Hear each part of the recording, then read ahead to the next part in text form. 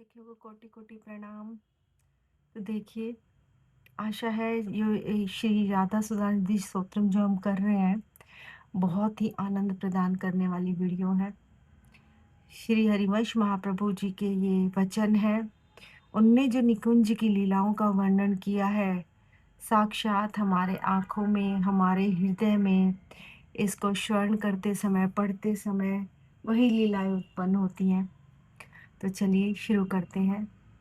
श्लोक नंबर 46 से 50 तक आज की वीडियो में होने वाले 5 श्लोक।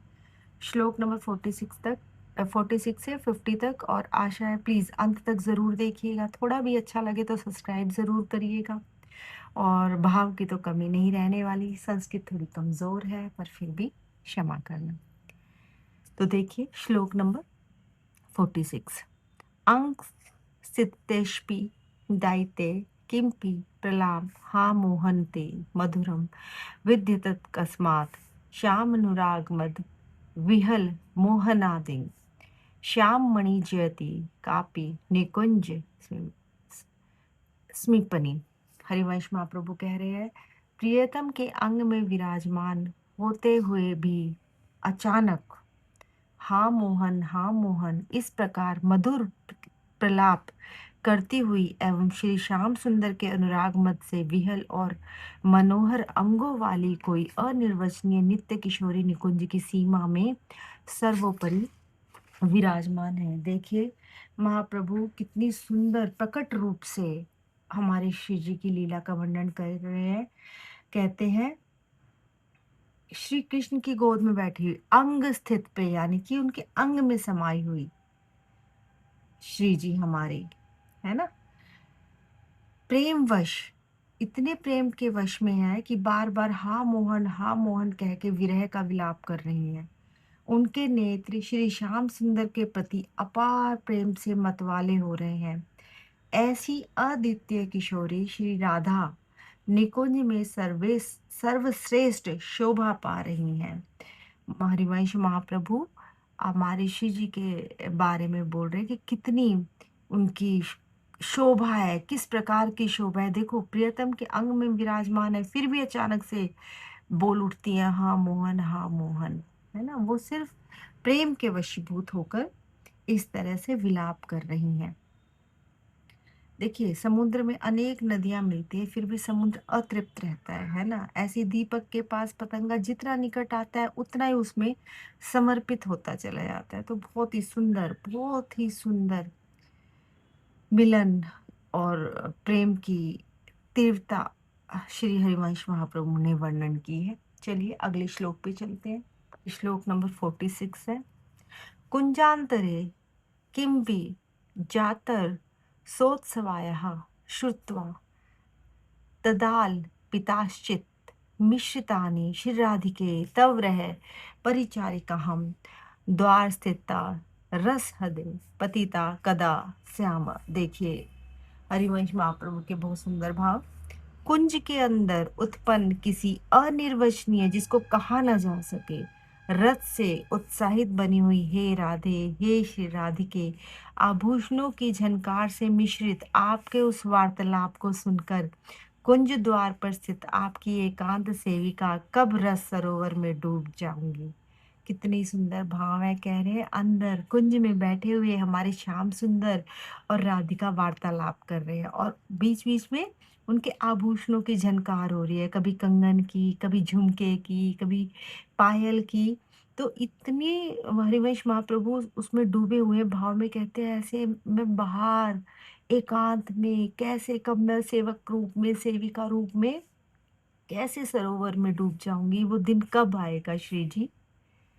श्री हरिवंश महाप्रभु की जय हो। तो चलिए चलते अगले श्लोक पे। देखिए वीणा के मधुमती मधुर स्वराताम माधाय नागर शिरोमणि मणि भावलीलाम गायन्तयो दिन मपार मिवाश्रु वर्षे दुर्खानयतंत तह साहा हृदि मेस्तु राधा। देखिए मेरी संस्कृत बहुत अच्छी नहीं है पर फिर थोड़ा सा कोशिश कर रही हूँ। भाव की तरफ प्लीज ज्यादा ध्यान दीजिए।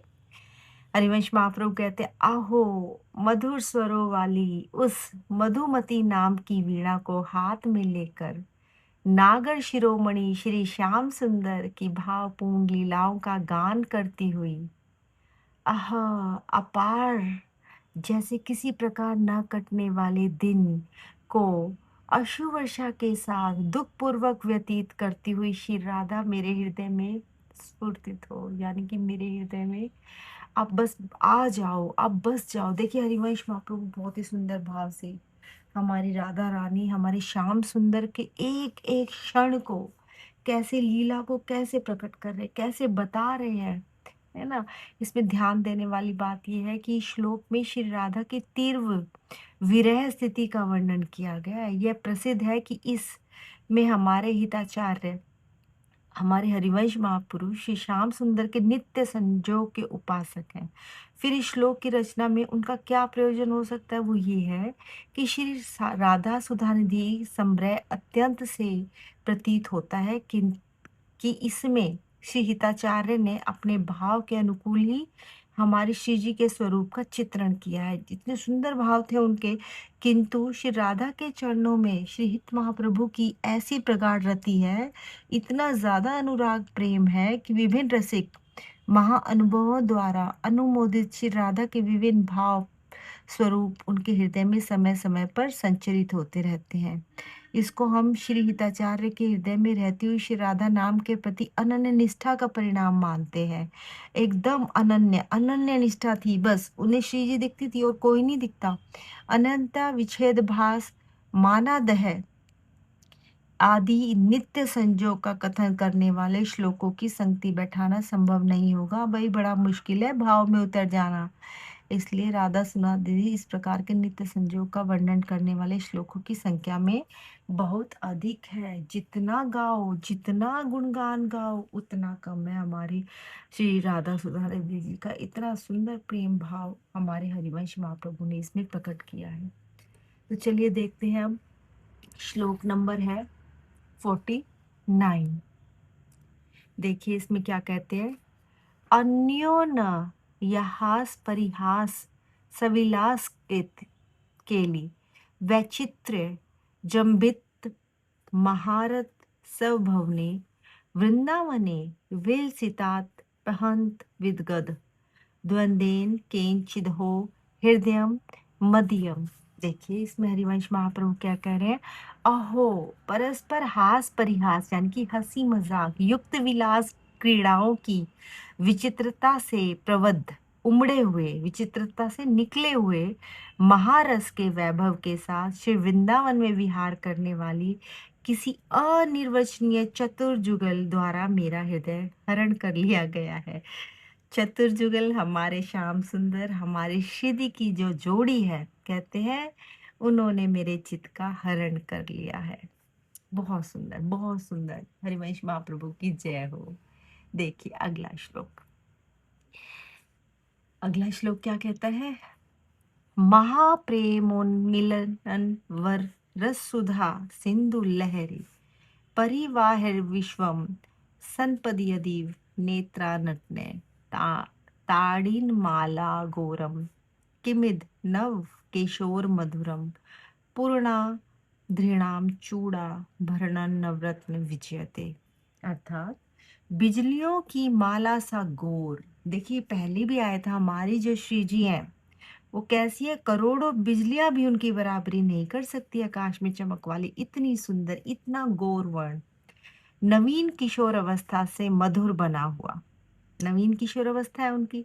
ब्रज नागरिकों के शिरोभूषण का वह नवीन रत्न है। शिरोभूषण यानी कि जो आभूषण उन्होंने गहन कर रखे हैं, नव आभूषण है हमारे ब्रज नागरिकों का, सबसे अनमोल, सर्वाधिक उत्कर्ष से विराजमान, और वह महाप्रेम से विकसित प्रकट। देखिए महाप्रेम से विकसित प्रकट होते हुए नवीन रसामृत सिंधु की लहरों के प्रवाह जैसे अपने कटाक्षों के नर्तन से विश्व को स्नान सा करा रहा है। अब देखिए ये हमारे श्री जी की नवीन जो जोड़ी है उसके बारे में है कि उनकी जो छटा है वो कैसी है, करोड़ों बिजलियों से भी ऊपर है, ऐसा गौर वर्ण है उनका। और अपने कटाक्ष नेत्रों से ऐसा लग रहा है कि नवीन सिंधु लहरों के प्रवाह जैसे उनके नेत्र हैं, और वो पूरे संसार को, पूरे विश्व को स्नान करवा रहे हैं, इस प्रेम रूपी समुद्र में गोते खा रहे हैं सभी उनको। हमारे हरिवंश महाप्रभु को ऐसा प्रतीत हो रहा है। तो देखिए सखी जो, ये तो हमारे आज की श्लोक की वीडियो हो गई। कृपा करके प्लीज सब्सक्राइब कीजिए। अगर आपको थोड़ी भी त्रुटि लगती है कहीं भी तो आप कमेंट करके ज़रूर बताइए, और कोशिश कीजिए वीडियो को अंत तक ज़रूर देखें, है ना।